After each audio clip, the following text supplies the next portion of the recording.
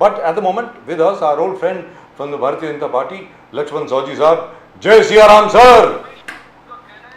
जय सिया राम, जय हर हर सिया राम महादेव। sir. हर हर महादेव. जय भवानी, जय शिवाजी। जय भवानी, जय शिवाजी. हर हर महादेव सर. तो लक्ष्मण साहू साहब, मोदी जी थर्ड टाइम, तीसरी बार प्रधानमंत्री, मोदी जी का थर्ड टर्म, और जैसा मोदी जी ने वादा किया था जब चुनाव चल रहे थे, वोटिंग शुरू भी नहीं हुई थी, इनफैक्ट उन्होंने कहा था कि भाई इटालियन प्राइम मिनिस्टर जो हैं जॉर्जिया मेलोनी जी, उन्होंने मुझे आमंत्रित किया है G7 की मीटिंग में as a guest, as an invitee आने के लिए रोम में। तो जैसे ही चुनाव खत्म होंगे, कैबिनेट स्वेरिंग इन के बाद मेरा पहला काम होगा G7 में भारत का प्रतिनिधित्व करना, और वो करने जा रहे हैं, शायद कल या परसों जा रहे हैं। मतलब इतना कॉन्फिडेंस आप मानना पड़ेगा यार, जबरदस्त। क्या कहेंगे सर लक्ष्मण साहू जी साहब? जो उन्होंने 10 साल काम किया है और जितने उनके संवैधानिक पद पर के जो 24 साल बीत चुके हैं, इसका जो तजुर्बा है, तो लोगों के प्रति, मतदाताओं के प्रति जो इतना गहरा विश्वास है, उसके दम पर वो ये बात कह सके कि हाँ ये करना है। और हमारे पूर्वजों कांग्रेस के प्रवक्ता बात कर रहे थे, नियत के बारे में कुछ तो बोल रहे थे। नियत ये लफ्ज कांग्रेस के डिक्शनरी में कब आया मुझे समझ में नहीं आता। जन्मता आज तक उनकी जो जिनकी नियत नाम से कोई संबंध नहीं, रिश्ता नहीं रहा, वो नियत के बारे में चर्चा कर रहे थे। लेकिन मोदी जी की नियत पिछले 24 साल से जनता को मालूम है, और जनता के ऊपर का पूरा भरोसा देखकर उन्होंने तय किया था कि हाँ हमको जाना है। और बात ऐसी है कि सिर्फ वो करना नहीं है, भारत की सांस्कृतिक धरोहर को मजबूत करना। जब 2014 का जब रिजल्ट आया था पहले बार, तो विदेशी अखबारों में जो अखबारों के लीड थे वो थे the end of the British government in India. ये किस तरह से हुआ था? ये क्या अपने आप हुआ था? ये क्या हमने इश्तिहार दिए थे, हमने पेड न्यूज दी थी? दुनिया का भारत की सरकार के तरफ क्या नजरिया था, ये उस न्यूज के हेडिंग से उस दिन मालूम हो गया। और 10 साल जो सरकार चली है, ये सरकार ज़्यादा दिन चली तो भारत के ऊपर हमारा जोर कभी जमेगा नहीं। ये जो विदेशी ताकतें जो संकल्प लेकर बैठी थी कि इस बार चाहे कुछ भी हो मोदी को हराना है, और वो विदेशी ताकतों के साथ जो हमारे यहाँ के कुछ दल विरोधी दल शामिल हुए थे, उनके इरादे पर पूरा भारतीय जनता ने, भारतीय मतदाता ने पानी फेर दिया। इसलिए ये जो विश्वास आया है, ये जनता के प्रति जो काम किया है, गरीब कल्याण के लिए जो काम किया है, महिलाओं के लिए काम किया है, युवाओं के लिए किया है, किसानों के लिए किया है, और भारत की छवि भारत के अंदर और भारत के बाहर जो एक प्रकाशमान की है, ये सब दुनिया ने देखा है। इसके प्रति जो विश्वास दृढ़ हुआ, इसके प्रति जो विश्वास वृद्धिंगत हुआ, सबका साथ, सबका विकास, सबका विश्वास और सबका प्रयास के साथ आज जब इस स्थिति पर हम आए हैं, तो ये आगे जाकर उन्होंने हमेशा बोला है कि स्वतंत्रता का अमृत महोत्सव जब हम मनाने जा रहे हैं, तो जब हम सिंहावलोकन करते हैं, तो हम शताब्दी की तरफ विकसित भारत का जो संकल्प, विकसित भारत का जो स्वप्न लेकर जो जा रहे हैं, शताब्दी की तरफ जब दौड़ रहे हैं, तो उसका ये पूरा विश्वास था इसके लिए दिलों में। साहू जी साहब, आज prime minister Modi ji PMO के अधिकारियों को संबोधित कर रहा था, तो बहुत जबरदस्त बात कहा उन्होंने कि हमको बोला 10 साल में जो सोचा था उससे ज्यादा हमको सोचना है, 10 साल में जो हमने किया है उससे ज्यादा हमको करना है, और जहां कोई पहुंचा नहीं हमको इस भारत देश को वहां पहुंचाना है। इतना जबरदस्त सोच, इतना जबरदस्त दूरदृष्टि एक नया टर्म हम लोग क्या अगले 5 साल एक बहुत बड़ा जंप देख रहे हैं? How do you see that साहब जी साहब? मोदी साहब ने पिछले 3-4 दिनों में जहां जहां उन्होंने भाषण दिए हैं, जहां एनडीए का नेता उनको चुना गया 7 तारीख को, उस दिन भी उन्होंने जो भाषण दिया था, उसके बाद का भाषण अभी उन्होंने एक बात कॉमन बहुत अच्छी तरह से कही है कि हमको गुड गवर्नेंस की तरफ जाना है, जितना हो सके आम आदमी का जीना आसान करना है। ये जो बातें उन्होंने कही है, ये इसके ऊपर बहुत ज्यादा जोर दिया है, गुड गवर्नेंस के ऊपर ज्यादा जोर दिया है। गुड गवर्नेंस ये विदाउट एडमिनिस्ट्रेटिव ऑफिसर के अलावा ये हो ही नहीं सकता, ये उनके साथ ही हो सकता है, इसलिए इसके ऊपर ज्यादा जोर दिया है और इसका असर आने वाले दिनों में दिखेगा। इसका प्रयास हमको करना है, इसलिए उन्होंने ये बात कही है। जाओ जी साहब, दूसरा सोनिया गांधी जी ने आरोप लगाया बीजेपी में। सोनिया गांधी जी ने कहा कि बीजेपी ने कांग्रेस को तोड़ने का बहुत जबरदस्त साजिश किया था। वो साजिश पूरा नहीं हो पाया बिकॉज मल्लिकार्जुन खड़गे की लीडरशिप। बीजेपी ने फाइनेंशियली हमको बहुत क्रिपल करने की कोशिश किया, फाइनेंशियली हमको बहुत ठेस पहुंचाने का बहुत कोशिश किया, बैंक अकाउंट फ्रीज अलग अलग चीजों से, मगर हमने उससे भी आगे निकलकर 52 से 100 पहुंचा और पूरे इंडिया अलायंस को 230 तक पहुंचाया। बोले ये नेतृत्व और मल्लिकार्जुन और फाइनेंशियली उनको एकदम क्रिपल करने का कोशिश किया। यह कहां तक सच है साहब जी साहब? इसमें ये तो सरासर, एक तो पहली बात सरासर वो जो बोल रही है वो झूठ है, लेकिन उन्होंने पार्टी तोड़ने का जो हमके ऊपर आरोप किया उसका तो जवाब देंगे, लेकिन देश तोड़ने की जो आपकी साजिश रही सालों साल कांग्रेस वालों की, उसमें आपका योगदान तो बहुत बड़ा रहा सोनिया जी।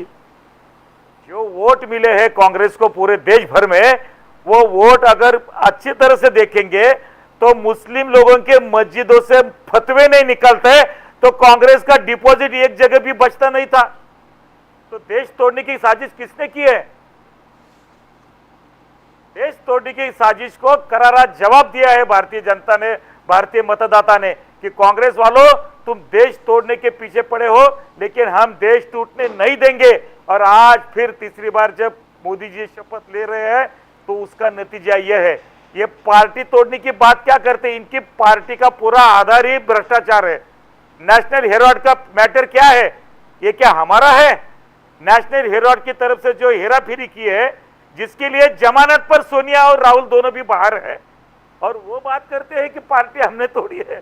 पार्टी हम क्यों तोड़ेंगे? तुम्हारे आर्थिक व्यवहार जो रहे हैं पार्टी के, वो पूरे शक के दायरे में है, वो कोई ट्रांसपेरेंसी नहीं है। पूरे खानदान ने अपनी प्राइवेट प्रॉपर्टी बना के रखी है कांग्रेस पार्टी, और देश का शासन, प्रशासन, सरकार ये प्राइवेट प्रॉपर्टी बना के रखा था। लोगों ने करारा जवाब दिया है पिछले 15 साल से। 2014 में दिया, 2019 में दिया, आज 2024 में भी दिया है। सोनिया गांधी क्या बात करेंगी? डेमोक्रेसी के बारे में ये लोग बात करते हैं, पार्टी के बारे में बात करते हैं, प्रशासन के बारे में बात कर, करप्शन के ऊपर बात करते हैं, पार्टी तोड़ने के बारे में बात करते हैं। इनको कोई नैतिक अधिकार 1% भी है सोनिया गांधी को इस तरह की बात? अभी तो कोई थोड़ा बहुत बात करने के लिए उनको आ रहा है, कोई तो बेचारा लिख के देता है, पढ़ के बताती है। अभी वो पढ़ना भी थोड़ा थोड़ा सुधर गया है उनका, बाकी कुछ नहीं है। अच्छा साहू साहब, छोटी सी बात है, पता नहीं इसके ऊपर अगर आप कमेंट ना भी करना चाहे तो कोई बात नहीं। मतलब क्या है कि आज एक नई कंट्रोवर्सी शुरू हुई है। कोई सुशांत सिन्हा साहब हैं, पश्चिम बंगाल में आरएसएस के काफ़ी सीनियर व्यक्ति हैं, उनके भाई जो हैं राहुल सेन, वो बीजेपी में हैं। उन्होंने आरोप लगाया है भारतीय जनता पार्टी के आईटी सेल के हेड अमित मालविया जी के ऊपर कि उन्होंने यौन शोषण किया है वगैरह वगैरह वगैरह। अब ये क्या है सर, ये नई चीज़ क्या है? क्योंकि देखिए साहब, अमित मालविया जी का मैं प्रशंसक नहीं हूँ, पूरी बात सुनने मेरी। अमित मालविया जी का मैं प्रशंसक नहीं हूँ, मुझे उनकी जो कार्यशैली है उसके ऊपर ऑब्जेक्शन है, लेकिन मैं फिर बोलता हूँ कि उनका काम भारतीय जनता पार्टी के लिए प्रशंसनीय है। ज़बरदस्त काम किया है उन्होंने, लेट्स बी वेरी क्लियर। और अमित मालविया जी की अगर आप बैकग्राउंड देखें, किस बैकग्राउंड से आते हैं, अमेरिका में थे, कहाँ पर थे वगैरह वगैरह, टेक्नोक्रेट थे, वो ऐसा घिनौना काम नहीं कर सकते, मुझे ऐसा लगता है। लेकिन फिर भी ये अभी क्यों आ रहा है सर? ऐसा क्यों है, क्या है, वाई? और वो भी आरएसएस का कोई वरिष्ठ अधिकारी है, वरिष्ठ अधिकारी क्या, वरिष्ठ कार्यकर्ता है बेचारा। वो क्यों ऐसा बोल रहा है सर? साहब ये बात ऐसी है कि हम जब चर्चा करते हैं तो सामने देश, पार्टी, प्रशासन, सरकार, ये बड़े पैमाने पे, बड़े प्लेटफॉर्म पे जब बात करते हैं, वैयक्तिक किसी से किसी की कोई भी कुछ भी शिकायत हो तो वो शिकायत के लिए वही सही मंच पे जाकर सही आदमी के सामने सही वक्त पर बताना वो ठीक होगा। जहाँ तक की बात हो आरएसएस की बात करते हैं तो आरएसएस का भी एक प्रशासन है, उसकी एक रचना है, शाखा से लेकर राष्ट्रीय स्तर तक उनकी कोई रचना है, उनकी कोई बात करने की जगह है, उनका कोई बात करने का तरीका है। आरएसएस का कोई भी आदमी प्रसार माध्यम के सामने जाकर इसी तरह से किसी वैयक्तिक की बात करेगा तो वो भी ठीक नहीं होगा। अगर बड़े होंगे आरएसएस में तो वहाँ की कुछ तो भी रचना है, उसका मंच है, उसकी व्यवस्था है। इनफैक्ट तो उन्होंने ऐसी- बंगला में फेसबुक पर डाला है कुछ, और इसके बावजूद के अमित मालविया जी ने कहा है कि मैं तुम्हारे ऊपर 10 करोड़ का मानहानि का केस करने वाला हूं अगर आप इसको नहीं निकालते। आज तक अभी तक तो सुशांत सिन्हा जी ने उसको नहीं निकाला है। मालवीय जी के लिए भी, इसके लिए भी चर्चा करने के लिए वो सही एक पार्टी का मंच होता है, और संघ के लिए तो बहुत ही गहरा मंच होता है जी। संघ का आदमी कोई भी जिम्मेदार ऐसी सार्वजनिक बात करता ही नहीं कर। जी तो ऐसी बात छोड़िए आगे। एनीवे अगर इसमें कुछ दम है या कुछ और है। इस सब ऐसी जब बातें आती है जी, तो हमारे जैसा कार्यकर्ता का हर एक कहना है कि कानून अपना काम करेगा, उसको कोई बख्शेगा नहीं। I agree with absolutely. You know, और प्रदीप जी ऐसा इसमें कैसे ये कहना बहुत Yes, जरूरी yes, है कि क्या है कि अभी क्योंकि बीजेपी की सीटें जरा कम हुई हैं, 63 सीटें आपकी कम हो गई हैं, 303 से 240 पे आ गए, तो बहुत लोगों के हौसले बढ़ गए हैं कि अभी टाइम है अटैक करने का। साहब Very frank. सीटें कम हुई है, इसके सदमे में हम भी है। सीटें कम हुई इसके सदमे में हम है। जी। इतना अच्छा काम करने के बाद लोग देश के बारे में सोचने के लिए मजबूर होने चाहिए थे। देश के लिए मतदान है, ये किसी जातिवाद के लिए मतदान नहीं है, ये किसी व्यक्ति के लिए मतदान नहीं है।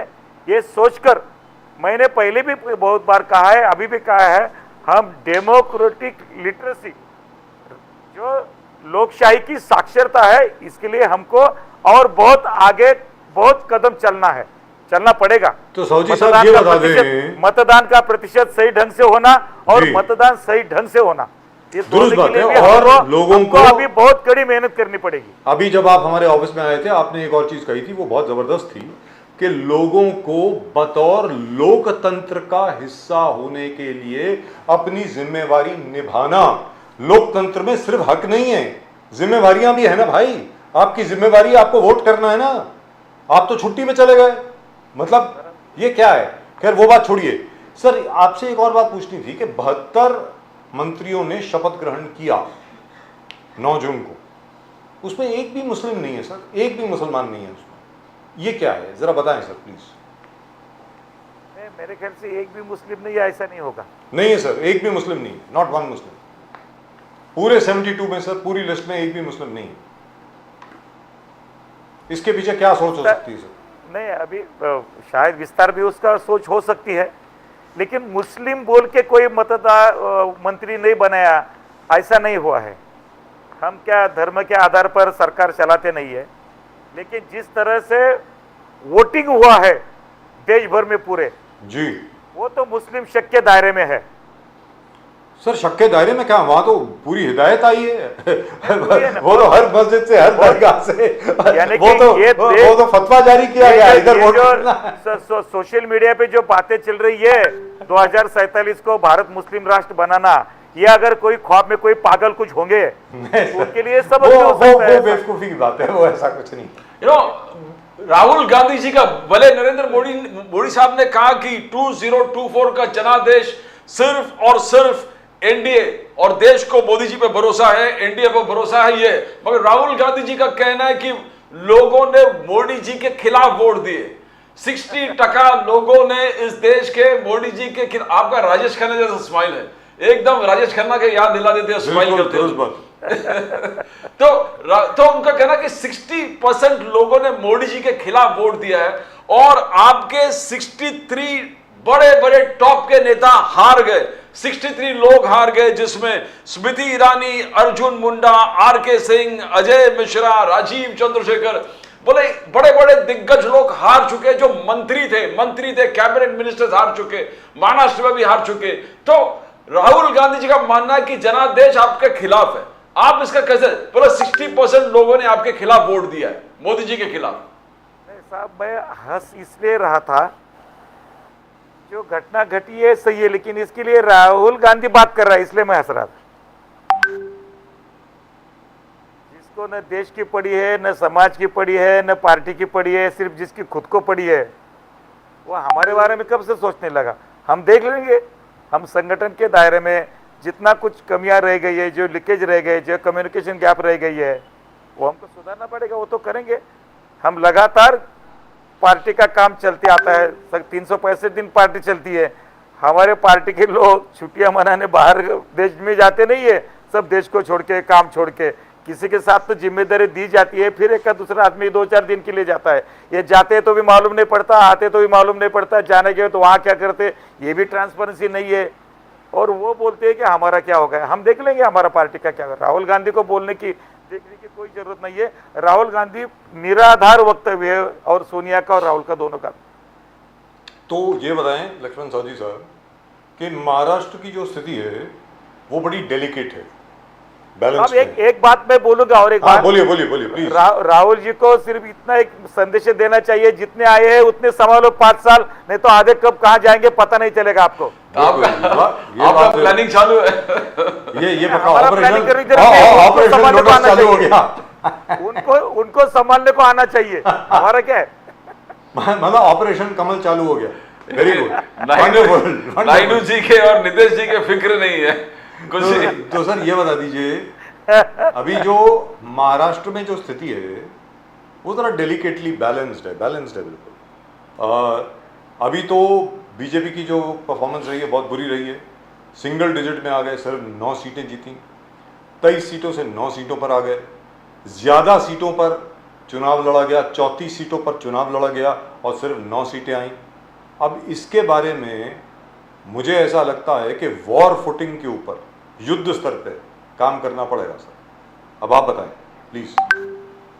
साहब वो तो हमको करना ही पड़ेगा, क्योंकि हमने काम कहीं कम नहीं किया सर। पार्टी के नेताओं ने, केंद्रीय नेता होने दो, हमारे राज्य के नेता होने दो, सबके नाम हम ले सकते हैं। मोदी जी से, अमित शाह जी से, नड्डा जी से, सब लोगों ने, और प्रदेश के भी हमारे बावनकुळे साहब, देवेंद्र जी हो या नितिन जी गडकरी से लेके सब नेताओं ने महाराष्ट्र में जो कुछ प्रयास किया है चुनाव को सामने जाने के लिए। 2024 का चुनाव हम तीसरी बार मोदी सरकार, फिर एक बार मोदी सरकार, ये नारे के साथ हम गए। मेहनत में कोई कमी नहीं की है। हाँ, जो हमारी राजनीतिक जो कमियां कुछ रह गई है, बीच किया, वो हम नहीं कर पाए। हम अगर हर जगह ध्यान देके 10-10, 20-20 हजार लोग अगर इधर उधर जाने के तोड़ने की बात करते थे ना, जैसी बात किया सोनिया गांधी, राहुल गांधी ने पार्टी तोड़ने की बात की, अगर वो हम करते थे तो शायद हमारी सीटें पूरी आ जाती थी।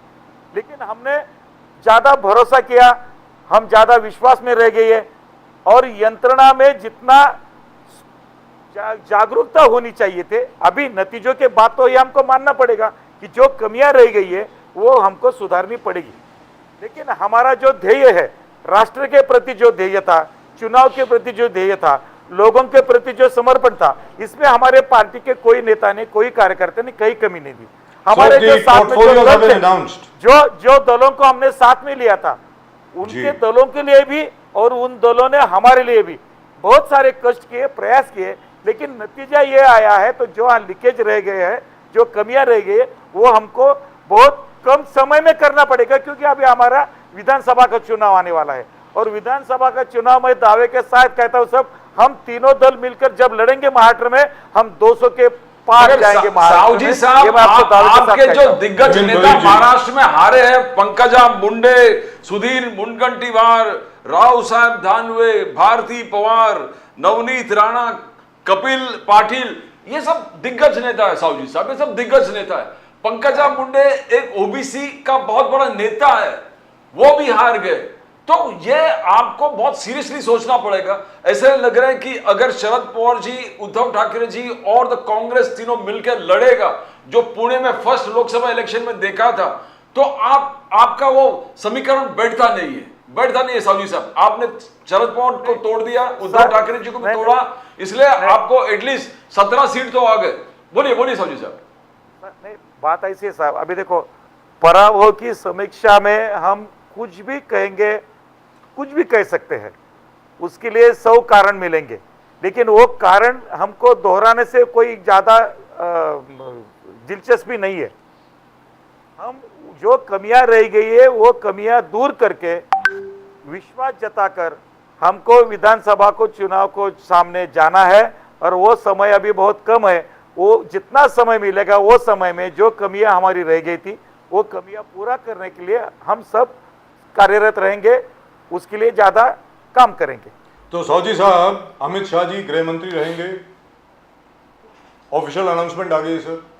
राजनाथ सिंह जी रक्षा मंत्री रहेंगे, जयशंकर साहब एक्सटर्नल अफेयर्स मिनिस्टर रहेंगे, निर्मला सीतारमन जी फाइनेंस मिनिस्टर रहेंगी, और रोड एंड ट्रांसपोर्ट अभी भी नितिन गडकरी साहब के पास है, कोई चेंज नहीं आया उसमें। नीतीश कुमार जी के जो खास हैं ललन सिंह साहब, उनको शायद पंचायती राज दिया गया, तो हाँ, और आवर फेवरेट मिनिस्टर हमारे मामा जी शिवराज सिंह चौहान साहब एग्रीकल्चर मिनिस्टर हैं सर। आ गया, लिस्ट आ गई। कुछ कहना चाहेंगे इसके बारे में? हमारे प्रधानमंत्री जी मोदी साहब, इनको सबके बारे में बहुत अच्छी तरह जानकारी है जी, और गुड गवर्नेंस जहां तक हमको पूरा करना है, तो गुड गवर्नेंस और आम आदमी के जिंदगी में कुछ बदलाव, उसका विश्वास बढ़ना चाहिए, और उसको सामने रखकर जो जो पोर्टफोलियो दिए जाएंगे वो काम कैसे करेंगे, इसके ऊपर मोदी जी ज्यादा ध्यान देंगे। आदमी ये है, ये बी है, सी है, डी है, ये ज्यादा मायने रखता नहीं है। और नारायण राणे साहब के पास जो मिनिस्ट्री मोदी थी, जी पर सबका विश्वास है और मोदी जी को सबके बारे में जानकारी है। राणे साहब के पास जो मिनिस्ट्री थी एमएसएमई, वो दे दी गई जितिन राम मांझी साहब को। राणे साहब इस बार मंत्री नहीं बने, पता ही आपको सर उसके बारे में, मैं क्या बताऊं।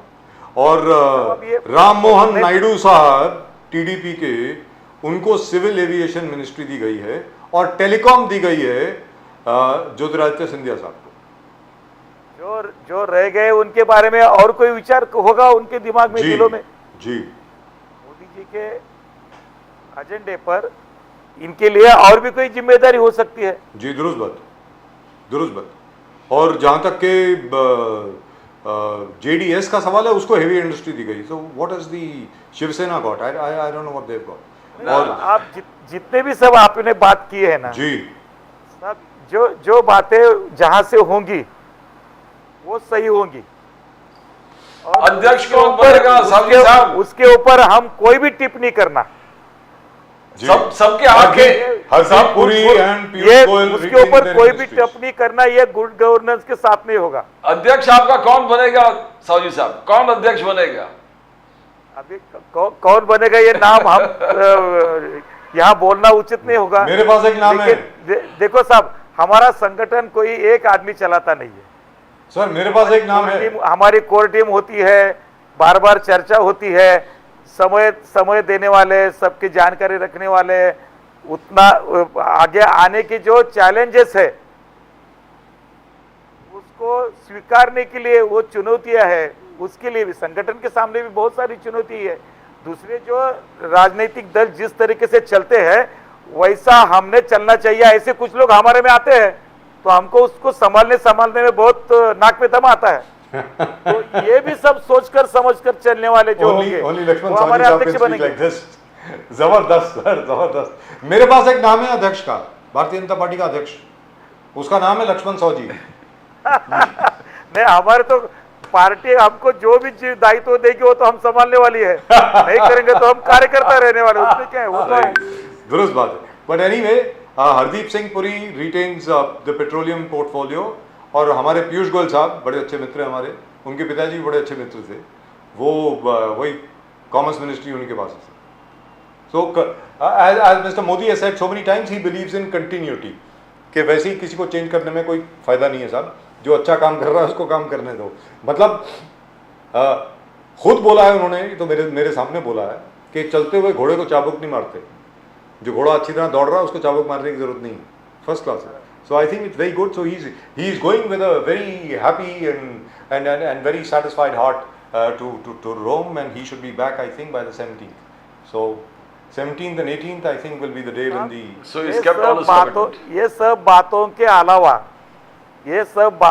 अलावा दुनिया भर में भारत का जो सीना ऊंचा हुआ है, जो जी। सीना तान के हम जा सकते हैं, तो ये तीसरी बार ये सरकार आना, ये देश के लिए, जबरदस्त, देश के गौरव के लिए और पूरे समाज के लिए, मानवीय दुनिया के मानवीय व्यवहार के लिए, दुनिया में मानवीय व्यवहार के लिए हिंदुस्तान में, भारत में ये सरकार आना जरूरी था। और जो ये सरकार आना नहीं चाहते थे उनको जनता ने, मतदान ने, हमारे डेमोक्रेटिक मूवमेंट में, ये हमारे लोकशाही में, लोकतंत्र में कितना दम है ये बताया है सर। और दोनों पक्ष खुश जरूरी हैं, लगती है। और दोनों पक्ष खुश हैं सर। सर ब्यूटी देखिए, दोनों पक्ष बड़े खुश हैं। आप खुश हैं, आपकी सरकार बन गई तीसरी बार। कांग्रेस खुश है कि वो 52 से 100 पर आ गए। मुझे एक बात याद आती है। बोलिए ना सर। 6 जून महीने की बात है। हम इससे पहले जब हमने चर्चा की थी उस दिन 5 जून था जी। 5 जून को मैं वो बात अपने साथ थोड़ा समय के अलावा इसलिए हो नहीं पाई, लेकिन 6 जून को हिंदू साम्राज्य दिन था हमारे लिए। छत्रपति शिवाजी महाराज जी का राज्याभिषेक जी, वो 6 जून 1974 में हुआ था जी। 350 साल ये 6 जून को पूरे हुए हैं। और 9 जून को यहाँ मोदी जी ने तीसरी बार शपथ ली है। ये हिंदवी स्वराज्य का ये संकेत है आगे का दुनिया के लिए, ये मैं मानता हूँ। जय भवानी, जय शिवाजी, शिवाजी, जय भवानी, जय भवानी। हर हर महादेव, हर हर जय महादेव, सिया राम, जय सिया राम सर, जय सिया राम, हर हर महादेव, हर हर महादेव। नमस्कार sir, thank you so much sir. 6 June is also, by the way, the anniversary of Operation Overlord, the Allied landing on Normandy to liberate Europe from the Nazis. That is 6th of June 1944. At the moment with us, Mr. Mukesh Gandhi of the Ajit Dada Pawar NCP, or the real NCP, which is